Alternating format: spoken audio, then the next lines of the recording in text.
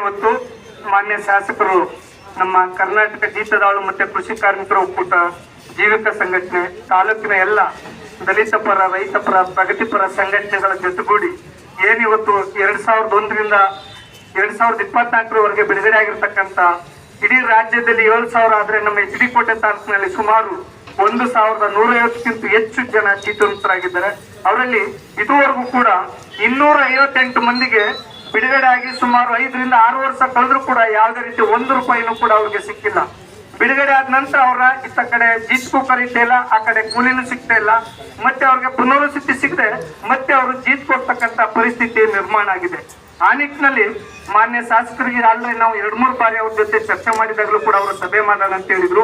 ಅವರಲ್ಲಿ ಮನವಿ ಮಾಡ್ಕೊಳ್ಳೋದು ಇಷ್ಟೇ, ನಾನು ಜಿಲ್ಲಾ ಮಟ್ಟದಲ್ಲಿ ಈಗಾಗಲೇ ನಿಮ್ಗೆ ರಾಜ್ಯ ಸರ್ಕಾರದ ಒಂದು ಉನ್ನತ ಹುದ್ದೆನೂ ಕೂಡ ತಮಗಿರೋದ್ರಿಂದ ಜಿಲ್ಲಾ ಮಟ್ಟದ ಎಲ್ಲ ಅಧಿಕಾರಿಗಳ ಸಮ್ಮುಖದಲ್ಲಿ ಎಲ್ಲ ನಿಗಮದವ್ರನ್ನ ಸೇರಿಸಿ ಜೀತಮುಕ್ತರಿಗೆ ಅವರ ಲೈನ್ ಡಿಪಾರ್ಟ್ಮೆಂಟ್ ಮುಖಾಂತರ ಬರ್ತಕ್ಕಂಥ ಎಲ್ಲಾ ಸೌಲಭ್ಯಗಳನ್ನ ಮೊದಲನೇ ಆದ್ಯತೆಯಾಗಿ ಕೊಡ್ತಕ್ಕಂಥ ನಿಟ್ಟಿನಲ್ಲಿ ಒಂದು ಕಟ್ಟುನಿಟ್ಟಿನ ಸೂಚನೆ ನೀಡಬೇಕು.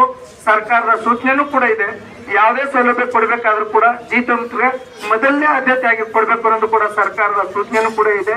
ಆ ನಿಟ್ಟಿನಲ್ಲಿ ತಾವು ಜಿಲ್ಲಾ ಮಟ್ಟದಲ್ಲಿ ಎಲ್ಲ ಅಧಿಕಾರಿಗಳ ಜೊತೆ ಒಂದು ಸಭೆ ಮಾಡಬೇಕು.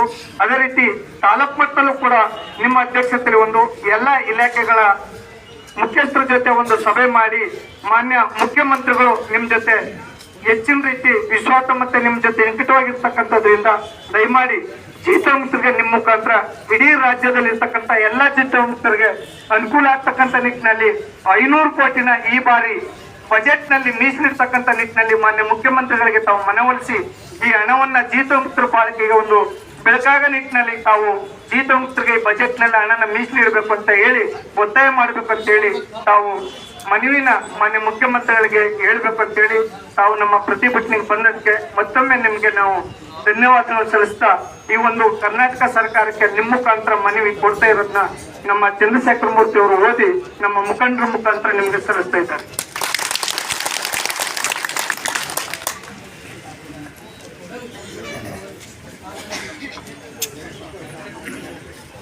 ಜೀತಮುಕ್ತನ ಬೇಡಿಕೆಗಳು: ಒಂದು, ಜೀತಮುಕ್ತರಿಗೆ ಈ ಸಾಲಿನ ಬಜೆಟ್ ನಲ್ಲಿ 500 ಕೋಟಿ ಅನುದಾನ ಮೀಸಲಿಡಬೇಕು.